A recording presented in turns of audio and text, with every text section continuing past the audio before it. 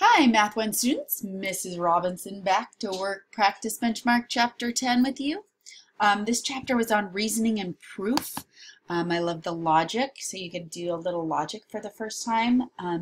You did have some basic construction in that first section. I'm not going to test you on a ton of those, but to do those homework assignments, you needed one of these compasses and a ruler. Make sure you did that. Let's go ahead and look at the first one. What are the coordinates of the point in the 8th figure in the sequence? So let's look here. You start here, then you move up. You start at 2, -5. Then you move up to 2, 5. Then over to -2, -5. So the next point is going to be, if I did a fourth point, let's go ahead and draw what it would look like. A fourth point might look like, and I know it's kind of slanty, so just work with me here. Here's your XY axis. So if we went 2, -5, then we went up to this first quadrant where everything's positive. And they're always a 2 and a 5. And then we went to this quadrant where the X is negative, but the Y is positive. And this quadrant, the X is negative and the Y is negative. So down here would be -2, -5. If you look at the pattern, it's always a 2 and a 5. Depending on what quadrant it is, will determine if the X or the Y is negative. In quadrant 4, the X is positive over 2 and the Y is negative down 5. Okay, so let's look at, they want the 8th. So if this is the first, second, third, fourth, there's only 4 spots it can go. It's going to repeat itself. So start here. We start here, we go 1, then we go up here to 2, then we go over here to 3, and then down here to 4. So let's do it again. So if it goes 1, 2, 3, 4, it's going to go 5, 6, 7, 8. 8 is going to look just like 4, and your coordinates are going to be -2, -5. And that's how you do that first one. On to the next one. Okay, find one counterexample to show that the conjecture is false. Counterexamples are great ways to show that something is false. You only need one. If you show one time it doesn't work, then the whole statement isn't working for everything. It's much harder to show a statement is true because you have to show it's true for all the possibilities. To show it's false, you just show, whoops, that doesn't work here, so this statement isn't always true, it's false. So let's find one counterexample. I mean, we want to prove that this does not work, okay? The difference of 2 integers is less than either integer. Okay, I clicked on something and lost this. Hold on, let me put this back here. All right, so one counterexample, the difference of 2 integers is less than either of the integers. So what we really want to find is an example where the difference of 2 integers is actually greater than either of the integers. That will give us a counterexample. We want the opposite of this. So let's pick 2 integers and see what we can get. Let's maybe do like, let's do like 6 minus 2. Well, 6 minus 2 is 4. Let's see. Because what we really want is it to be greater. We want the opposite to be true, or the counterexample to be true, to show that this is false. Well, 4 is less than 6. 4 is greater than 2. So this counterexample would work for this example. Look, the difference of these two is 4. And it is less than 6, but it's not less than 2. But it needs to be greater than either integer. So either of these. So I want this to be bigger than 6 and 2. So let's pick maybe this. Let's try this. Watch. If I made this be a double negative, and it would work for any double negative. Remember, integers are positive and negative whole numbers. So let's look. 6 minus -2. That's going to make that be 6 plus 2, because it's a double negative, which is equal to 8. All right. Now, my original number, so this is actually going to be 8. Now, is 8 less than 6? Nope. Is 8 less than -2? Nope. They're both greater. 8 is greater than either integer. So this is a perfect counterexample, 6 minus -2. Okay, find the next 2 terms in this pattern. 12.56, 3, and 18. Now, if you'll remember from last semester, we did a lot of finding the common difference between two numbers and then finding the common ratio to see if it was either linear or maybe exponential. And here, if I look from 12 to 0.5, well, that's not a common difference from 0.5 to 6. If I subtract these, to get from here to here, it's 11.5. To get from here to here, it's what? 0.5, 5.5. To get from 6 to 3, it's 3. To get from 3 to 18, it's 15. So this would be a subtraction. This would be an addition. This would be a subtraction. This would be an addition. That doesn't have any common difference. You can do a common ratio where you divide these. 3 divided by 6.5. Or 1/2, 3 divided by 6. And then 6 divided by 1/2 is 12. So I can already see there's no common ratio either. So let's look at something else.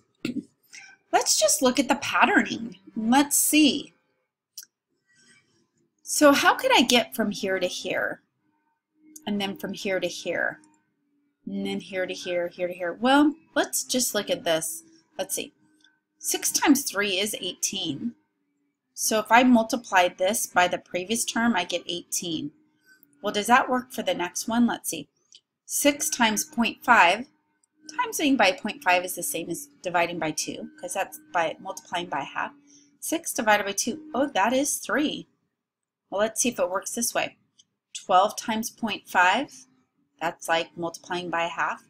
It's 6. So, ding, ding, ding, I stumbled on my pattern. I had to stare at that for a while. To get from here to here, well, it's hard to see. How do I get from 12 to 1/2? Well, I didn't have this term, so I don't know. So I had to move to the next one. To get from here to here, well, I just took 12 and I multiplied it by 1/2 and I got 6. So take the previous term and multiply it by the next term to get your next term. So to get this term, I should multiply these two, and that gives me this. To get this term, I should multiply by these two, and that does work. So to get my next term, I'm going to go 18 times 3, which is 54. And then to get my next term, I have to go 54 times 18. What is that? Let's multiply that out. 972. There are your next two terms in that sequence. A little patterning. Okay, identify the hypothesis and the conclusion of this conditional. Conditional means if something happens, then something happens. It's on condition, like if you brush your teeth, you won't get cavities. Okay, but only if you brush your teeth, that's the condition. So what's the hypothesis and what's the conclusion? The hypothesis is just the if part. Sometimes it's flipped around and the if is written second. But the hypothesis is where the if part is. If it is a fish, there's our hypothesis. Okay, I'm going to write H for hypothesis. Then it lives in water. That's your conclusion.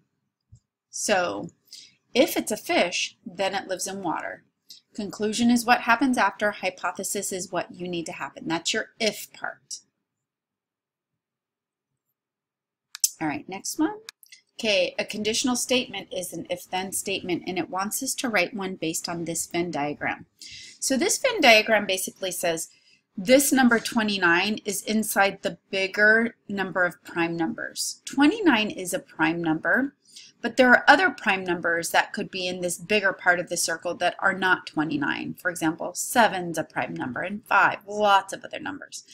But if I write a conditional, that means an if-then statement. I'm going to start with my innermost and go, all right, if my number is 29, so that's my if part. If it is in here, then it has to be in the big part.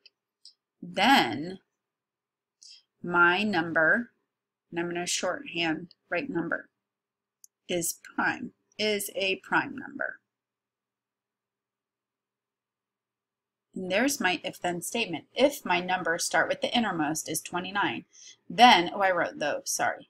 Then my number is a prime number.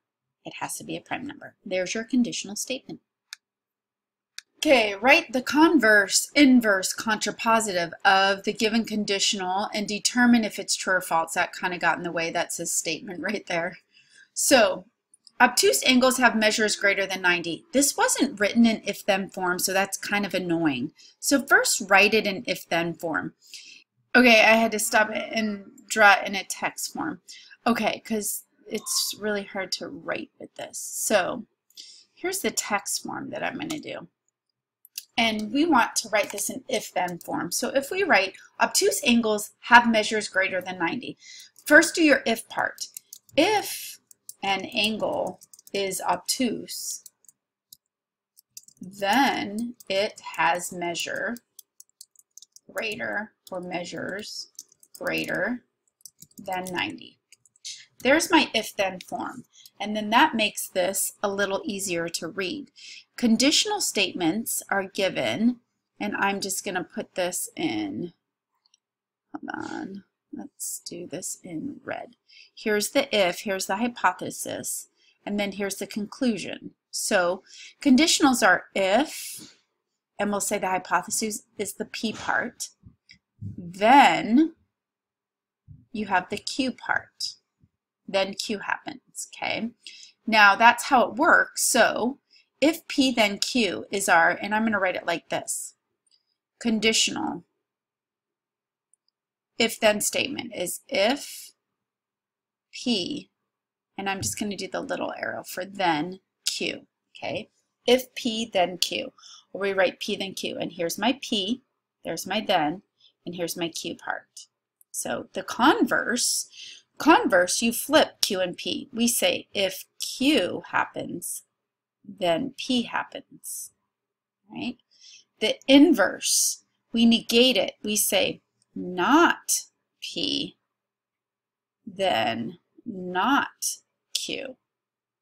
And the contrapositive, you invert it and you flip it. So you say not Q, then not P. So if you invert it and negate it, you get an equivalent to what you already had. So the conditional and the contrapositive are logically equivalent. The same with the converse and inverse, because if you look, they're flipped and negated. So let's go ahead and write out what I have here for the converse. So let's start with converse, and I'm going to put it right here. And we're going to say, for the converse, we want to go Q then P. So if we have P first, if the angle is obtuse, then it has measures greater than 90. We're going to start with the Q first. If an angle has measures greater than 90, then the angle is obtuse. And I spelled obtuses wrong. This says obtuses. I just saw that. Sorry about that. Okay, so now we need to say, is that true? O-B-T-U-S-E, obtuse. Huh. Okay, now is this true? If an angle has measures greater than 90, then the angle is obtuse. Yep, that's by definition, it is true. So we're going to go true there. Now let's go to the inverse. Let's use the text for that. Inverse, we do not P, then not Q. So I need to say for the inverse, let me pull that text box up. Hold on. And I'm going to write it here so I can see it. And let's do that one in blue. Okay, so we'll say not P. So P was the angle is obtuse. Not P will be if the, if the angle is not obtuse,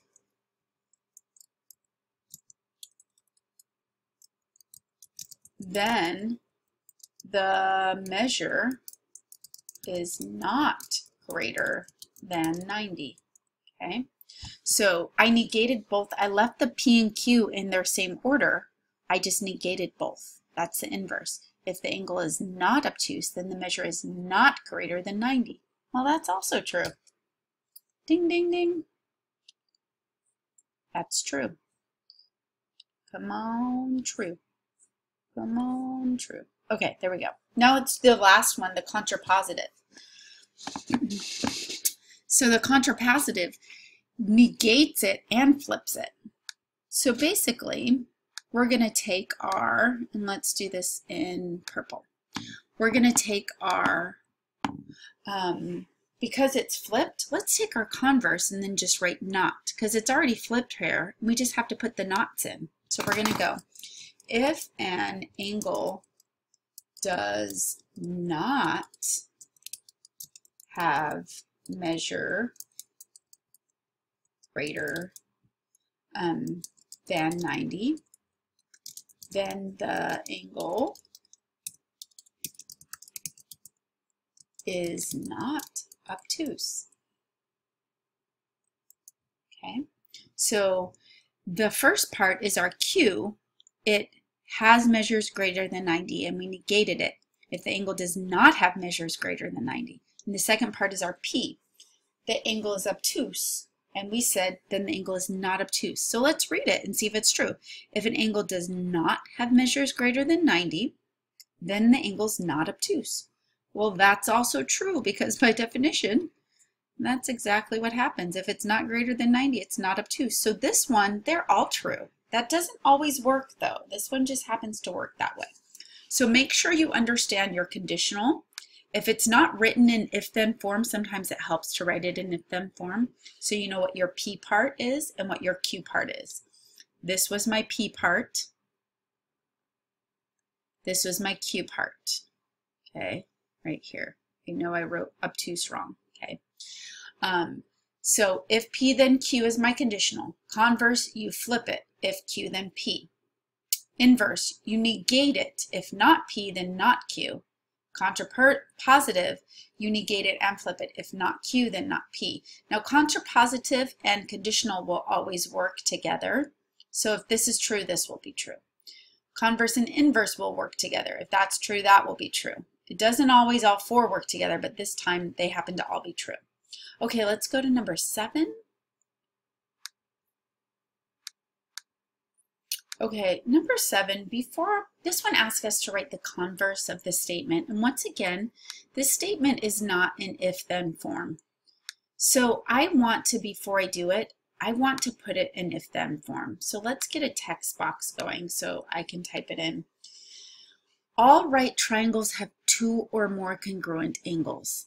That's not in if-then form, so put it in if-then form first before you find the converse. So we're going to say if a triangle is a right triangle.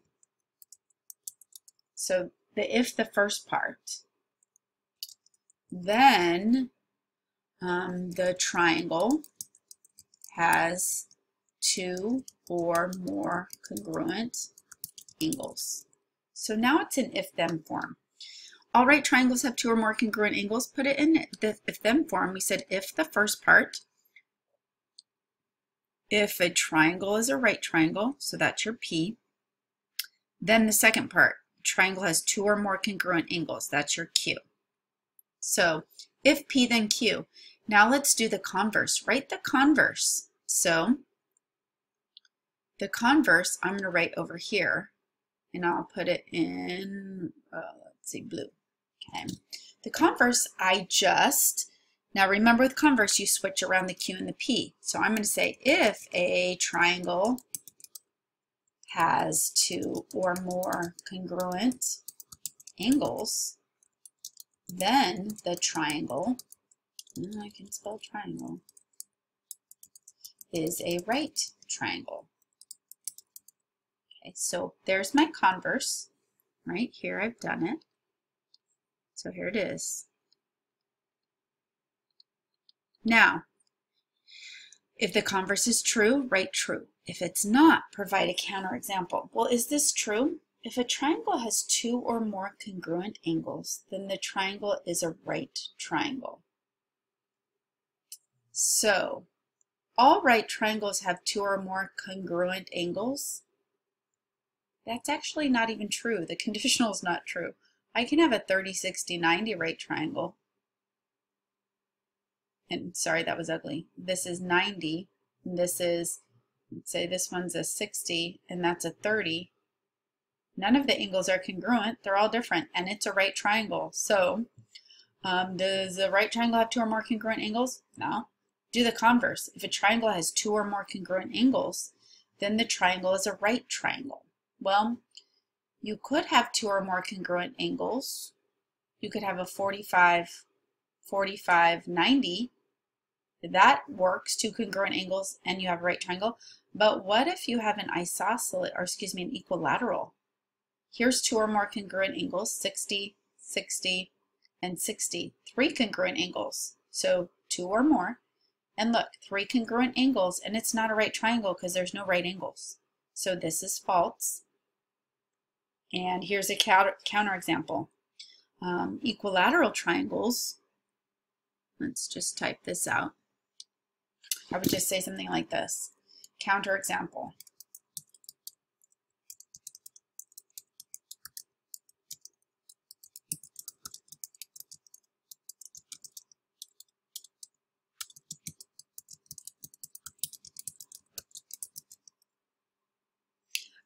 But they are not right triangles. Okay. Equilateral triangles have two or more congruent angles, but they are not right triangles. So that's your counterexample. So here's your converse, it's false, and the counter is because of this. That's a perfect example. Okay. On to the next. Okay, we're going to write the two statements that form the biconditional. All right, remember what biconditional is? It means if then, or excuse me, if P then Q, it works forward and backwards, and then you write it as an if and only if. So if it works forward and backwards, you would write it like this, if and only if. A number is a terminating decimal if and only if it contains a finite number of digits. So the biconditional means if this is the P and this is the Q, you're going to write if P, then Q, and then it also works, sorry, that's supposed to be then. It also works if you write if Q, then P. That's the biconditional, forwards and backwards. So basically it means the conditional and the converse are both true. Then you can write it as an if and only if. And we shorten this to IFF in math. Okay, so let's break it apart and write the two that we put into the one. So if this is the P, a number is a terminating decimal, the first statement would look like this. Okay, I'm going to get out my text box. So the first statement would look like this. If, and then I'm going to write the P part, a number is a terminating decimal, and then I'm going to write my Q part.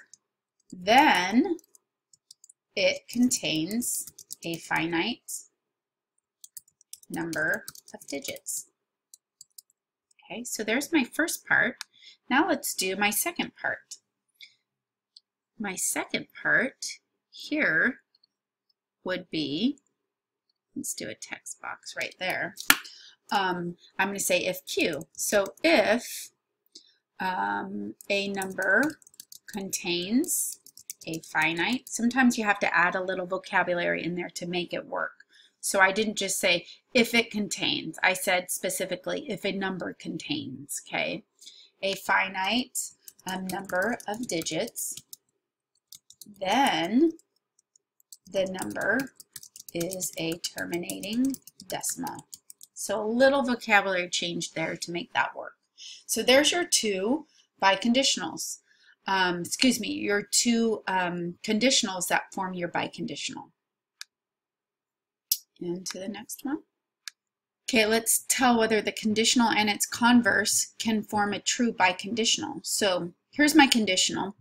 If, here's P, if a figure is a square, then it's a rectangle, so then Q. So if P, then Q.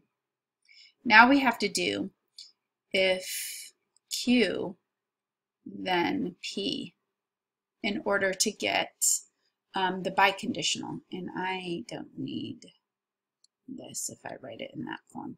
Okay, so let's go ahead and put my text here to write the converse to see if I can get my biconditional.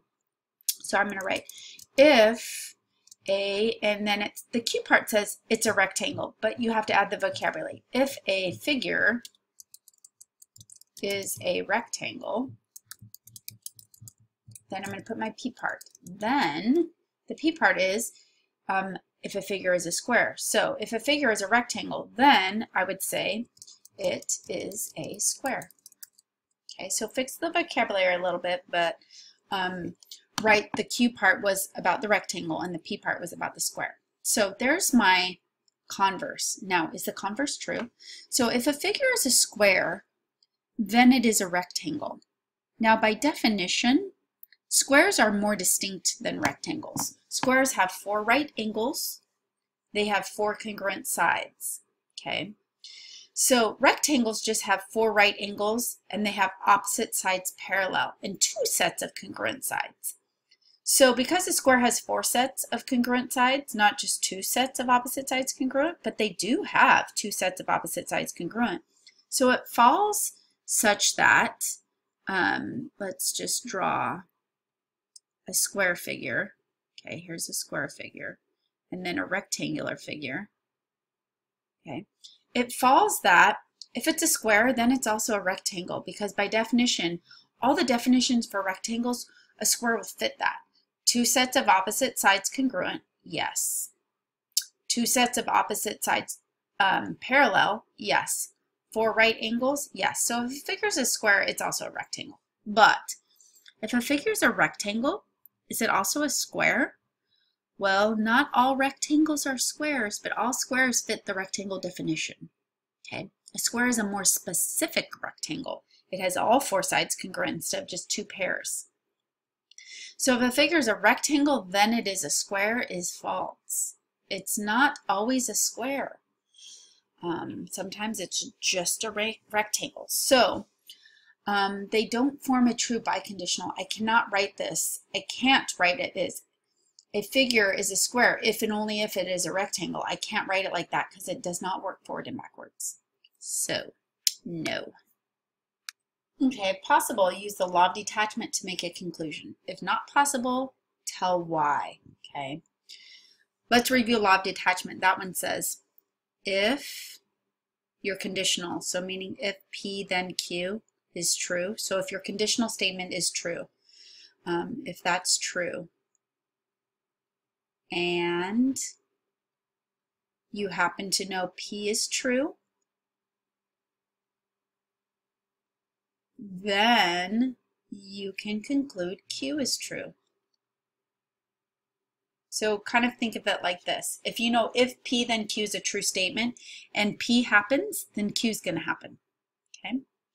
So if you arrive at the theater by 2 p.m., you can see the show. So here's my if then statement. If you arrive at the theater, so there's your P. Your Q is you can see the show. So if this is true, if P then Q is true, and P happens, then Q is true. Q happens, okay? Julia arrived at the theater at 1:45. So P happened, P is true, okay? P check. So my conclusion would be, then Julie can see the show.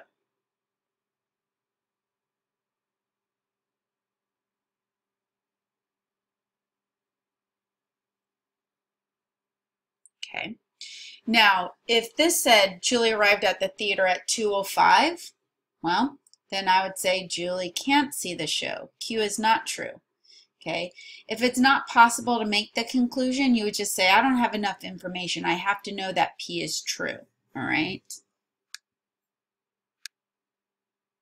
Okay, also be careful with these if P then true then Q statements, and then you have something here that doesn't have anything to do with P, then you can't make any conclusion about Q. So if this said something like, Julia arrived to pick up her son at 1:45. Okay, that's great, but what time did she get to the theater? So I didn't know enough information to even say if P was true. So I couldn't conclude that Q is true. So make sure this is exactly P in order to make a conclusion. So let's go to number 11. All quadrilaterals are polygons. ABCD is a quadrilateral. Okay, so remember, if P then Q. This isn't written in if-then form, but you can write it. If a figure is a quad, I'm just going to shorten that to quad, then it's a polygon. Polygon is poly meaning multiple-sided figure, and a quadrilateral is one type. So if a figure is a quadrilateral, then it's a polygon. So the P part is the figure is a quadrilateral. The Q part is it's a polygon. So if P then Q is true, it is, and then P happens, or that's true, then Q would be true. So let's see if P happened. All quadrilaterals are polygons, so we wrote it in a conditional form. If a figure is a quadrilateral, then it's a polygon. And then they give us ABCD is a quadrilateral. So P is happening. The figure is a quadrilateral. So I can make a conclusion. I would say then ABCD, so Q gets to happen, is a polygon. Okay. If they would have said down here, ABCD is a triangle. Well, technically, I know a triangle is a polygon too, but that's not the information I was given. I was given all quadrilaterals are polygons. So I have to go based on what I'm given. I would have to say no conclusion because I wouldn't know, right? And ABCD would be a weird name for a triangle because there should be 3 points, but whatever. Just a not so great example. Okay, so number 12. Just make sure you have exactly P in order to make your Q conclusion. Don't make it based on almost information, okay? Make it on the exact information. Number 12, if possible, use the law of syllogism to make a conclusion. If not possible, to make the conclusion, tell why. Say, I didn't have my information, okay? So the law of syllogism, I think of it like the transitive property, okay? So if you have a statement, if P, oops, I meant to write, okay, so if P happens, then Q, if P then Q happens, and that's true. And this also happens. Q then R happens, and that is also true. Then you can say this, then P to R is true, like the transitive property. Okay, you know, remember with transitive property, if, let's see, I think of it like this, you know, if A equals B and then B equals C, then you know A equals C. That's like the transitive property of congruence. This is like kind of like the transitive property of logic. Think of it like that, okay? So here's what I have. I know if P then Q is true, and Q then R is true, then P then R is true. You can do another set here. You could do if P then Q is true, and then Q then R is true, and then you could do another one here. Let's say R then S is true. So a third set, hint, hint, this will be on the test. If you have a third set, then you can go, well, then P then S is true. Just add another set. If P then Q is true, Q then R is true, R then S is true, then you can go from P all the way to S, okay? All right, so let's look at what we have. If a language is Spanish, then it is a Romance language. So we have our if P, then Q, okay? And then here we have, if the language is a Romance language, well, that was our Q, so here's our Q. It has Latin roots, so there's our R, that's the next one. So here we have if P, then Q, and then we have again Q here, good. Q, then R. So what can I make a conclusion of? Well, we know if P then Q is true, if Q then R is true, then I can go P to R. So I'm going to go P to R, and that's how this works. So I would say if a language is Spanish, and I'm going to cursive because it's easier to write. If a language is Spanish, then this is our R, it has Latin roots.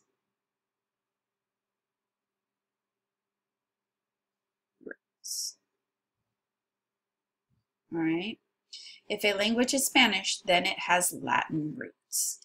That's our P to R. Now, careful, this one worked. Now, it might not work. What if I said, if a language is Spanish, then it's a Romance language? And then I said, if a language has Latin roots, then it's a Romance language. Well, what can I conclude there? Because basically I would have said, if P, then Q, and then I would say, if R, then Q.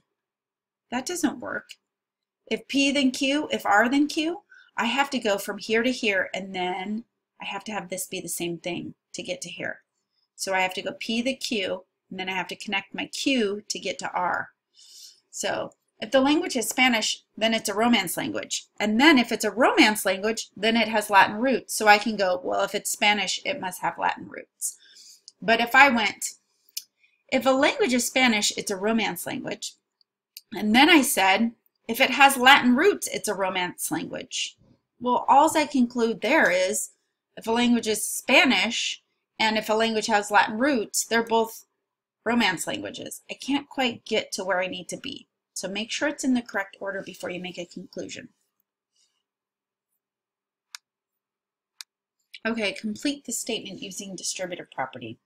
Distributive property, you just distribute. So if you have 10x minus 5, well, that would equal 5 times what? Well, if you factored a 5 out of this and do the distributive property to see what it would have been, just factor a 5 out of this. If I pull a 5 out here, it'd be 2x. And if I pull 5 out of here, 5 divided by 5 is 1, so that would be negative 1. So 10x minus 5 equals 5 times 2x minus 1. You could write it like this. And there you have it. All right, name the property that justifies this statement. If the measure of ABC equals the measure of angle DEF, then the measure of angle DEF equals the measure of angle ABC. So basically I have this, A equals B, then we have B equals A, okay? So what property is this? It's symmetric. There's symmetry. I can draw a line right down the middle and I can fold the paper in half and it's symmetric. So this would be symmetric property. And it's not the symmetric property of addition, it's the symmetric property of equality. Okay. All right, use inductive reasoning to find the next two terms of this pattern. Here, I'm going to pause it and scroll up.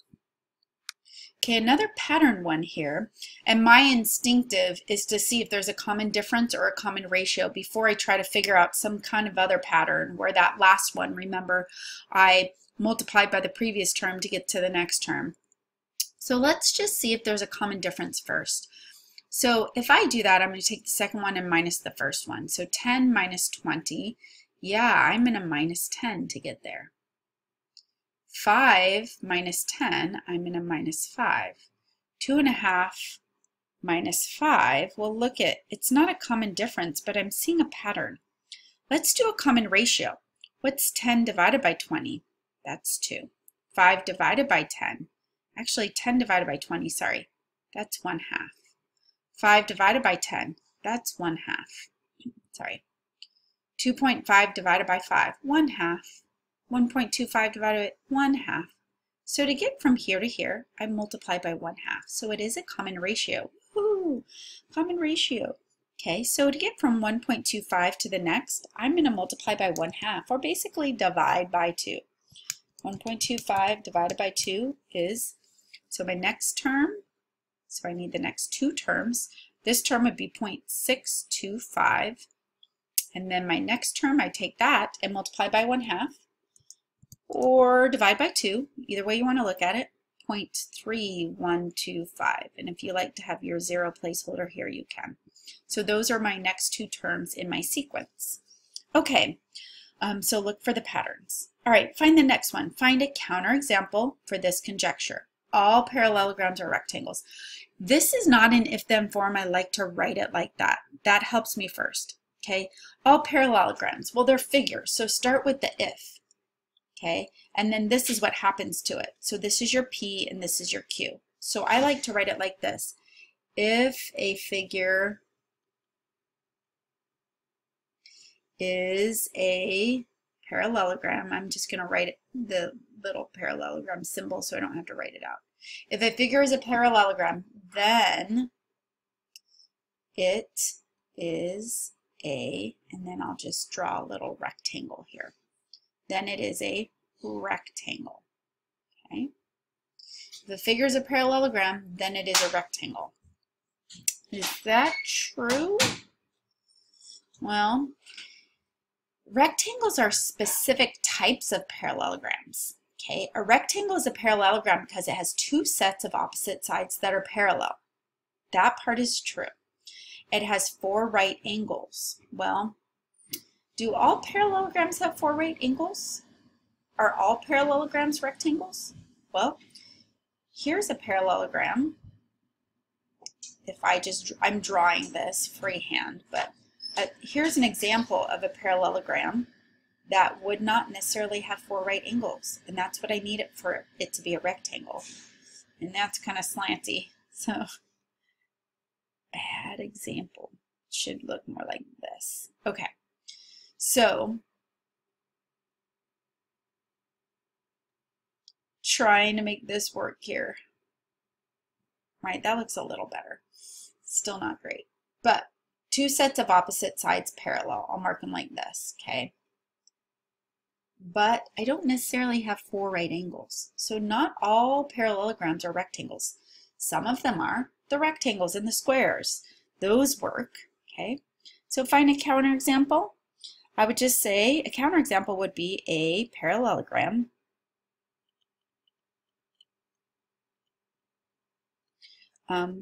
without 4 right angles. Like that one. There's your counterexample. So that conjecture is not true.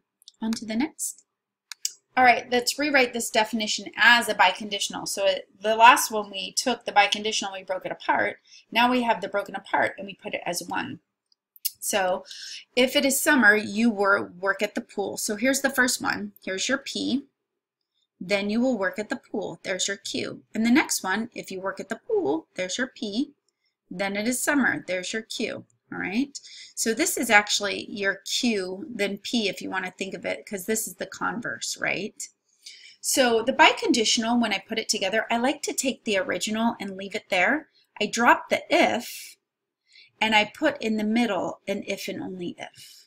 Okay, so that means it works forward and then it works backwards. So if P, then Q, and then if Q, then P. Okay, the backward part. So let's go ahead and write that out.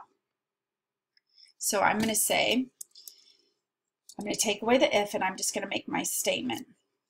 It is summer if and only if you will work at the pool. Okay, so I take away my if in the beginning and I just say it is summer if and only if, oh, I wrote IFF twice, if and only if you will work at the pool. So that means it works forward. If it's summer, you will work at the pool, and it works backwards. If you will work at the pool, then it is summer. Okay, so there's your biconditional.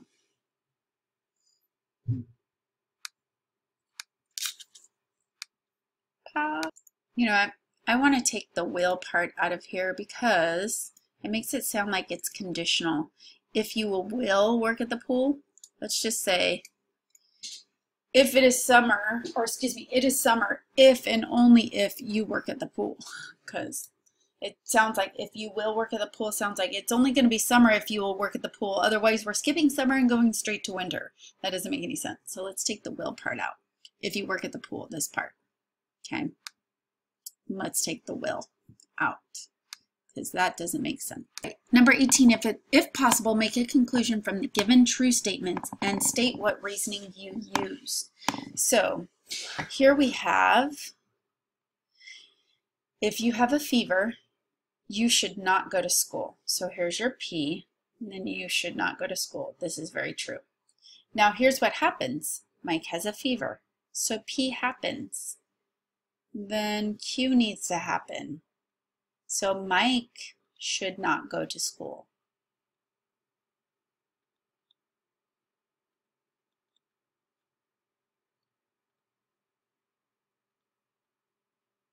Okay, what law is that? State what reasoning you used. Well, if P then Q happens, and it's true, and if P happens, then Q happens. That's the law of detachment.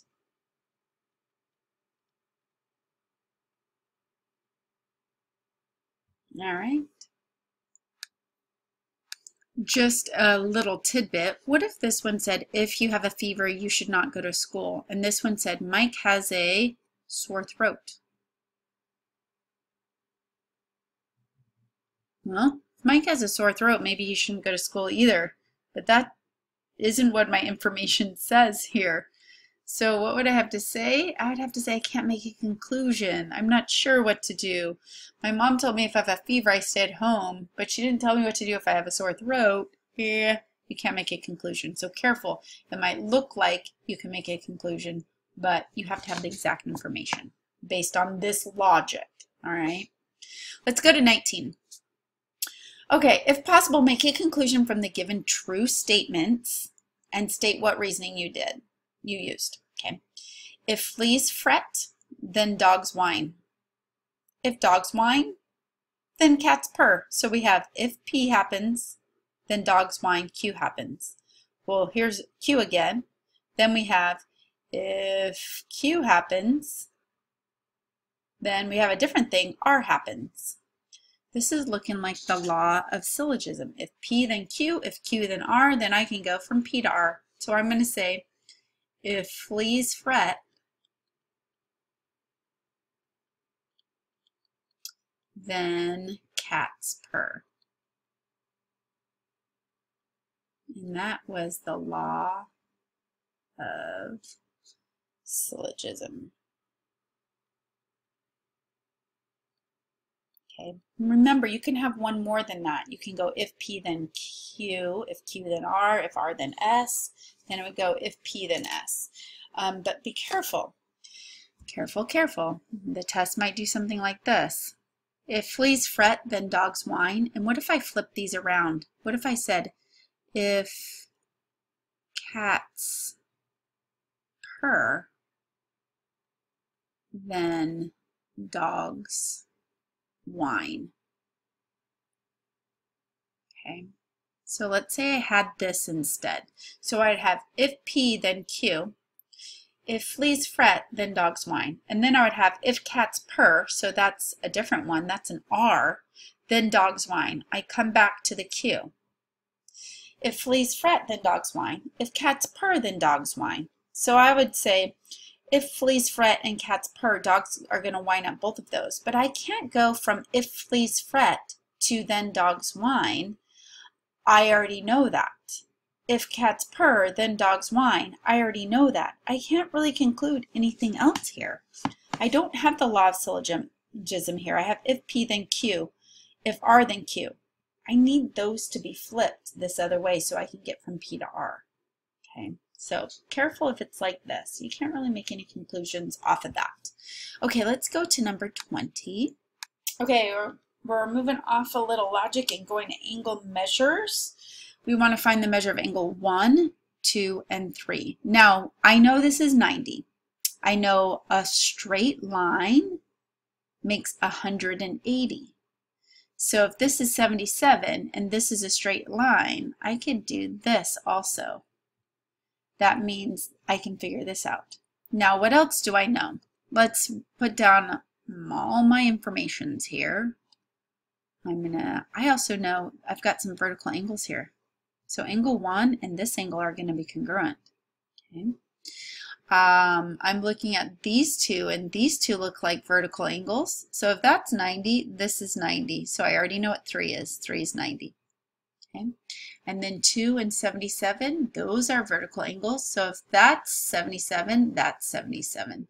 So I'm going to go angle 2, 77 degrees. Use what I know. Angle 3, those are vertical angles. So that has to be 90 also. And then I can figure out this because this is a straight line. So if that's 90, this is also 90. Okay. And I'm going to go this piece, well, it has to be 90 minus 77. Okay. And then if I just do 90 minus 77, I'm going to get 13. And I know this is 13. So angle 1 is a vertical angle to it. So angle 1 is also 13 degrees. So 13, 77, 90, use what you know about angles. Okay, 21, find the value of x. Well, look here. These are vertical angles. I know vertical angles are congruent, so I can set those two equal to each other and solve for x. So do a little algebra here. We go 3x plus 7 is congruent. These are congruent because they're vertical angles. Is congruent to 4x minus 18. Now solve for x. Okay, I've got to gather my x's together on one side, so pick on the little guy. Move the 3x over here to be with the 4x's by subtracting to both sides. Eliminate. Bring down the 7, bring down the equals. 4x's minus 3x's are 1x is 1x. Bring down the negative 18. Now I want to get rid of this to isolate the x, so I add the 18 to this side. X is going to be, let's see, 18 plus 7, 25.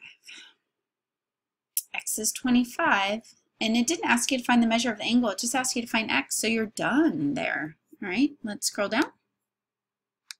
Okay, name the property of either equality or congruence. These are congruent symbols, so you're going to pick congruence first of all. Okay. That justifies going from the first statement to the second statement. I still have to name the property. Okay, what's the property? All right, let's look. If D is congruent to C and C is congruent to E, then D is congruent to E. So I go, if this to this and this to this, then this has to be congruent to this. That's just the transitive property. And it's going to be of congruence because those are congruent signs. So transitive property of congruence. If this, then this, and this and this. So I would just basically say if 5 equals to x and x equals to y, then 5 must be equal to y. That's a transitive property. Okay. Name the property of equality or congruent that justifies going from the first statement to the second. So 4D equals 16. How did I get from this line to this line? What did I do to both sides of the equation to get from here to here? Well, to get from here to here, I must have done this. Divide both sides by 4.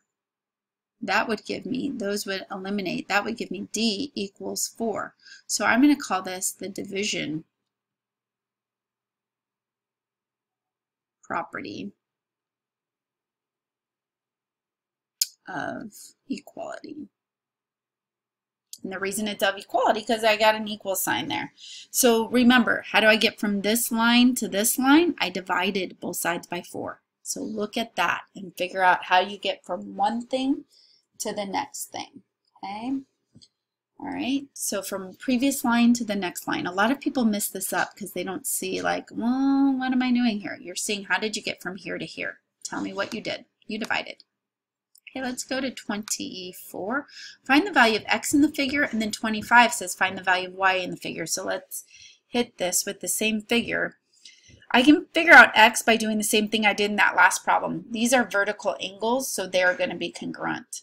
Now I can figure out y because once I figure out x, I can figure out this angle.